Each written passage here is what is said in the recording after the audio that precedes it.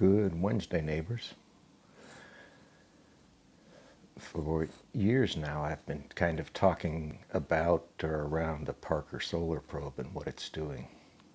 It's one of those satellites we launched to go try and understand better what the sun is doing hanging out here at the edge of the solar system, right? Edge of the galaxy. So this is a recent article from NASA. Parker Solar Probe website. It's at parkersolarprobe. I'll put a link down below in the description and in the comments. You probably ought to go grab that and read through that. Form your own opinions about what it means. So, title of this is Cloud Covered. Parker Solar Probe team sheds new light on the structure behavior of inner solar system dust.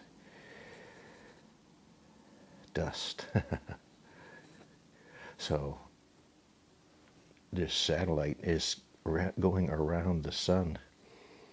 It launched on August 12th, 2018.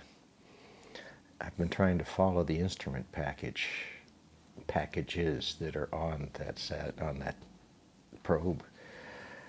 Trying. It's a hobby. Parker Solar Probe recently completed its 9th solar orbit, which took it to within 6 million miles of the sun's surface. What's 6 million miles? The probe will ultimately come to within 3.8 million miles of the solar surface, making 3 close passes in 2024 and 2025, its speeds exceeding 430,000 miles per hour. Whoa.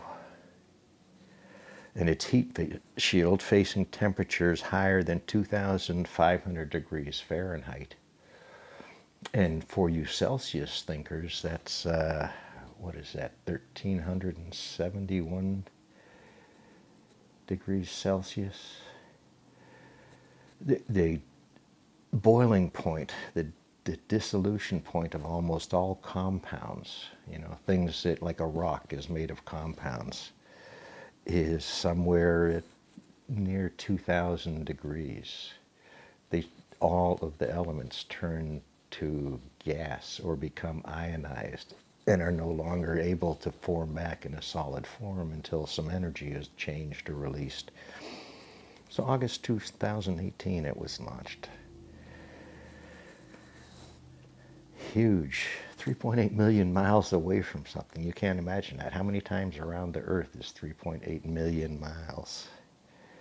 Although on the other side of that, I think I've in total driven 2 million miles in cars. So, planes, trains, and automobiles. So Parker Solar Probe is part of NASA's Living with the Star program to explore aspects of the Sun-Earth system that directly affect life and society. So I'm reading from the bottom few paragraphs of the article. But now let's go back to the top and begin at the beginning.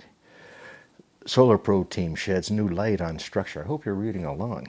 Behavior of the inner solar system dust. Well, they're calling it dust. But when you get that close to the sun, dust might not be the term for it. These are elements and isotopes, and even the parts that make those elements and isotopes. Subatomic particles. So you've reached the boundary of where matter exists, and now everything is at least a gas or ionized. Scientists using data from NASA's Parker Solar Probe have assembled a comprehensive picture of the structure and behavior of the large cloud of space dust that swirls through the innermost solar system.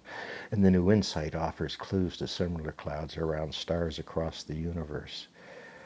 Research teams led by the James Slazay of Princeton University and Anna Pusak of University of Colorado Laboratory for Atmospheric and Space Physics took advantage of Parker Solar Probe's flight path, an orbit that swings it closer to Sun than any spacecraft in history, to get the best direct look yet at the most active region of the zodiacal cloud.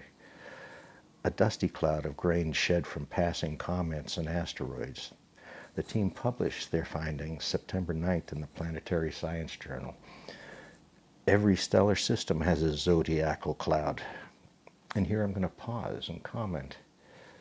Zodiacal cloud. When I first saw the word in the first paragraph, I had to reconstruct my mind the meaning of that word. I associated it with some other novel ideas out there in wordsmithing, life, interplanetary travels, and how we got here.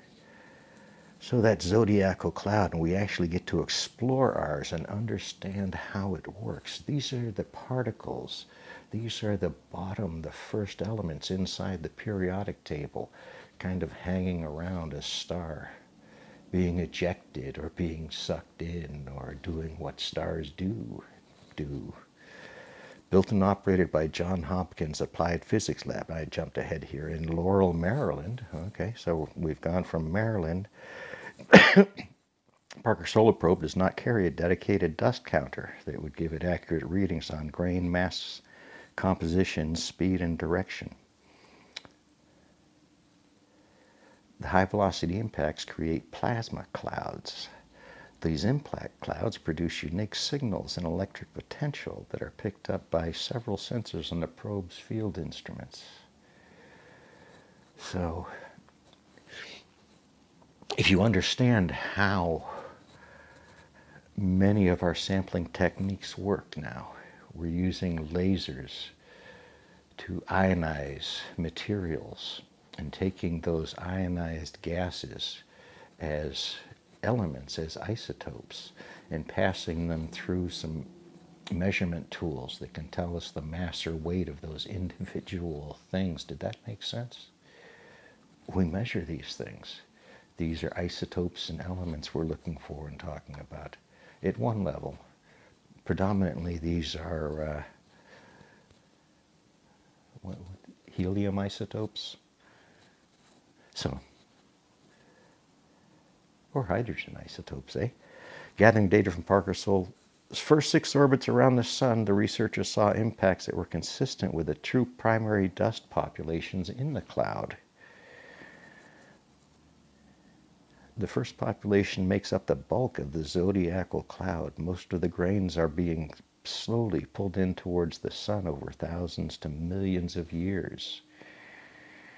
So the grain size matters depending upon how close the solar probe is and what measurements it's taking in the local area.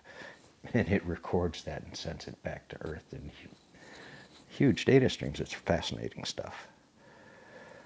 So this is a good read. You should take a look at it, see what you think. See how some of the words in here, meteoroid, zodiacal, meteoroid stream, colliding and spraying, could be made into other ideas you can get into and explore. Anyway, peace is out. Thanks for listening.